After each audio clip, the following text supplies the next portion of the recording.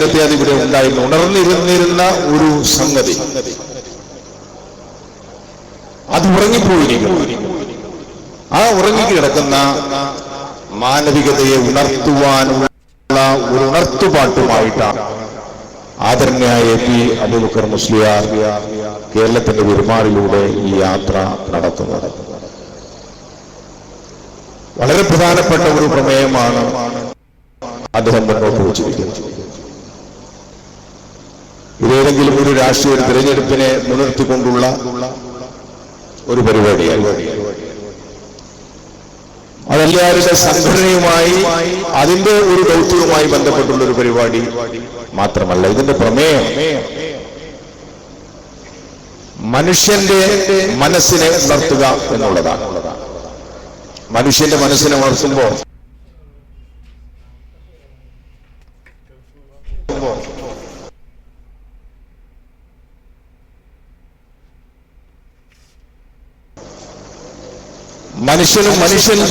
മനുഷ്യൻ ബന്ധപ്പെടുന്ന മണ്ണിനോടും വിണ്ണിനോടും മൃഗത്തോടും പക്ഷികളോടും പക്ഷിലതാദികളോടും സർവ്വചരാചരങ്ങളോടും മനുഷ്യനുള്ള ബന്ധത്തെ പ്രതിപാദിക്കുന്ന ഒരു കാര്യമാണ്. നമുക്ക് ഭക്ഷിക്കുവാനാണ് മൃഗത്തെ നമ്മൾ അറുക്കുന്നത് എന്നിരുന്നാൽ പോലും ആ മൃഗത്തോട് നമ്മൾ കാണിക്കുന്ന മനുഷ്യത്വപരമായ ഒരു സമീപനമുണ്ട്. ആ സമീപനം സ്വീകരിക്കണം എന്നുള്ള സന്ദേശമാണ്. അപ്പൊ ഈ ജാഥ, ഈ പ്രയാണം മനുഷ്യന് വേണ്ടി മാത്രമുള്ളതല്ല, പ്രകൃതി നമുക്ക് അനുഭവിക്കുവാനുള്ളതാണ്. പക്ഷേ അനുഭവിക്കണമെങ്കിൽ അമിതമായ ചൂഷണം പ്രകൃതിയോട് കാണിക്കുന്ന മനുഷ്യനെ അവന്റെ മനസ്സാക്ഷിയെ ഉണർത്തുക എന്നുള്ളതാണ്. ഭക്ഷണ സാധനങ്ങൾ അമിതമായി വേസ്റ്റ് ചെയ്യപ്പെടുന്ന ഒരു കാലഘട്ടത്തിൽ അതിനെതിരായുള്ള ഒരു ചിന്ത ഉണർത്തുക എന്നുള്ളതാണ്. ഇസ്ലാം നമ്മളെ പഠിപ്പിച്ചിട്ടുള്ളത് ആർഭാടമായി ഭക്ഷണ പദാർത്ഥങ്ങൾ വേസ്റ്റ് ചെയ്യപ്പെടുന്നുണ്ട് എങ്കിൽ അതിന്റെ അർത്ഥം ലോകത്തിൽ മറ്റൊരു കോണില് ആ ഭക്ഷണ സാധനം കിട്ടാതെ നരകിക്കുന്ന ഒരു വിഭാഗമുണ്ട്, അവിടെ ദൗർലഭ്യമുണ്ട് എന്ന് തന്നെയാണ്. അപ്പൊ ആഫ്രിക്കയിലെ ഏതെങ്കിലും ഒരു രാജ്യത്ത് ഇപ്പോൾ പട്ടിണി നിലനിൽക്കുന്നുവെങ്കിൽ അവിടുത്തെ കുട്ടികൾക്ക് പോഷകാഹാരക്കുറവ് മൂലം ആ കുട്ടികൾ മരിക്കുന്നു എന്ന് നമ്മൾ കേൾക്കുമ്പോൾ ഉടനെ നമ്മൾ മനസ്സിലാക്കേണ്ടത് നമ്മൾ ഭക്ഷണ സാധനം അനാവശ്യമായി പാകം ചെയ്ത് വേസ്റ്റ് ചെയ്യുന്നു എന്ന് തന്നെയാണ്. അപ്പൊ ഇവിടെ ഉയർത്തിക്കൊണ്ടുവരുന്ന മുദ്രാവാക്യം എല്ലാ വിഷയങ്ങളെയും അധികരിച്ച് ഏതെങ്കിലും ഒരു പ്രത്യേകമായി ഒരു ഭാഗം അലി അബ്ദുള്ള സാഹിബിനെ സൂചിപ്പിച്ചതുപോലെ അദ്ദേഹം ചെറിയ ഒരു അംശം മാത്രമേ ഈ കാര്യത്തിൽ തൊട്ടിട്ടുള്ളൂ. നിഖില മേഖലകളിലെയും വ്യാപിക്കുന്ന ഒരു സന്ദേശമാണ്. പണ്ഡിതന്മാർക്ക് എന്ത് ചെയ്യാൻ സാധിക്കും?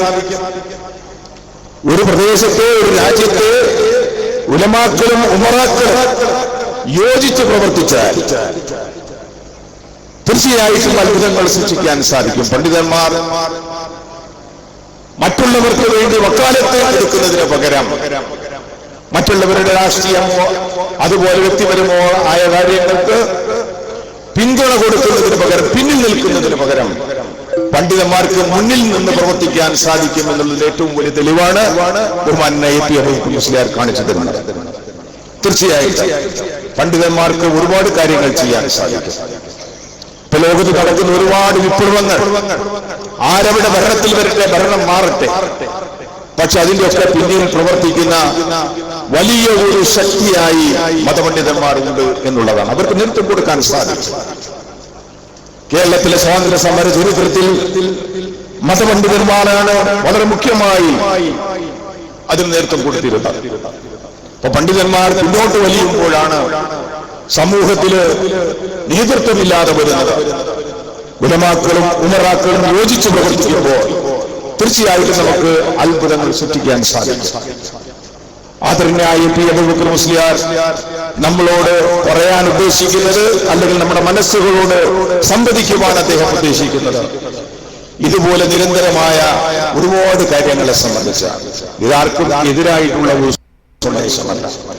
മുസ്ലിം ലീഗുകാരനും കോൺഗ്രസുകാരനും മാർക്സിസ്റ്റ് കമ്മ്യൂണിസ്റ്റ് പാർട്ടിക്കാരനും ജനതാദളുകാരനും ബിജെപിക്കാരനും എല്ലാവരും സദസ്സിൽ ഒരുമിച്ച് നിന്നുകൊണ്ടാണ് ബഹുമാനപ്പെട്ട AP അബൂബക്കർ മുസ്ലിയാരെ ഈ സന്ദേശയാത്രയെ ആദരിക്കുന്നത്. ഇതിനു മുമ്പ് നിരവധി സംഗമങ്ങൾ, നിരവധി മെഡിക്കൽ ക്യാമ്പുകൾ, നിരവധി മഹല്ല് സംഗമങ്ങൾ, നിരവധി സെമിനാറുകൾ ഒക്കെ ഇതുമായി ബന്ധപ്പെട്ട് എല്ലാ പ്രദേശങ്ങളും നടന്നു കഴിഞ്ഞു. എല്ലാവരുടെയും സഹകരണത്തോടുകൂടി ഇതിനോട് ആർക്കാണ് യോജിക്കാൻ സാധിക്കുക? ഇതിനോട് ആർക്കാണ് യോജിക്കാൻ സാധിക്കുക? ഇത്രയും മാനുഷിക മൂല്യങ്ങളെ ഉയർത്തിപ്പിടിക്കുന്ന ഇത്തരം മഹത്തായ സംരംഭങ്ങളോട് സഹകരിക്കാതിരിക്കുന്നത് ഇബ്ലീസ് മാത്രമാണ് എന്നുള്ളതാണ് നമ്മൾ മനസ്സിലാക്കേണ്ടത്. ആ ഇബ്ലീസുകൾ എന്ന് പറയട്ടെ, നമ്മളെ സംബന്ധിച്ചിടത്തോളം നമ്മള് ജംറയില് കാസർഗോഡ് നിന്ന് ഒരേറിയിരിക്കുന്നു. നമ്മൾ തിരുവനന്തപുരത്ത് എത്തുമ്പോൾ 7 ഏറുകൾ പൂർത്തിയാക്കിക്കൊണ്ട് എല്ലാ ശൈതാനികത്തിലെയും ഇബ്ലീസുകളെയും നമുക്ക് അടക്കി നിർത്താൻ സാധിക്കും എന്ന് മാത്രം ഈ സന്ദർഭത്തിൽ സൂചിപ്പിച്ചുകൊണ്ട് ഈ ജാഥക്ക് എല്ലാവിധ അഭിവാദ്യങ്ങളും അർപ്പിച്ചുകൊണ്ട് ഞാൻ അവസാനം